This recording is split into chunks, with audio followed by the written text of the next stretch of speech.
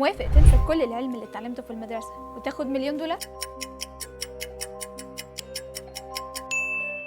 على الأغلب لو وافقت على السؤال ده فده بسبب إن النظام وطريقة التعليم بتاعتنا معتمدة على تلقين معلومات ملهاش أي علاقة بالواقع، وكمان ما بنستفدش بيها بعدين، فبتلاقي إنك بتفضل تتعلم في حاجات وبتنساها أول ما يخلص الامتحان. عشان كده تم ابتكار طرق التواصل العلمي أو الساينس كوميونيكيشن، ودي من أنواعها تبسيط العلوم، واللي عبارة عن إني أقدم لك المعلومة العلمية بطريقة ترفيهية خليك تفضل فاكرها وتبقى فاهم هي بتستخدم في إيه ومعناها إيه. عشان كده قررنا نعلن عن انطلاق النسخة الثانية لمسابقة ما وراء الكون لتبسيط العلوم، واللي جوائزها بتوصل ل45,000 جنيه. المسابقة متقسمة ل3 مراحل. أول مرحلة وهي ريلز أو الفيديوهات القصيرة، وده بإنك بتعمل فيديو لا يتعدى دقيقة بتشرح فيه المعلومات العلمية بشكل مبسط، واللي بيتأهل من المرحلة الأولى بيدخل في تاني مرحلة وهي الفيديوهات الطويلة، والمطلوب إنك تعمل فيديو بيشرح موضوع علمي في مدة لا تتعدى 3 دقايق. المرحلة النهائية بقى المتأهلين ليها هيعملوا عرض قدام الجمهور، وده اللي هيبقى في الإيفنت النهائي زي اللي اتعمل السنة اللي فاتت في مدينة زويل للعلوم والتكنولوجيا. طب ايه هي شروط المسابقة بقى؟ أولاً التقديم بشكل أساسي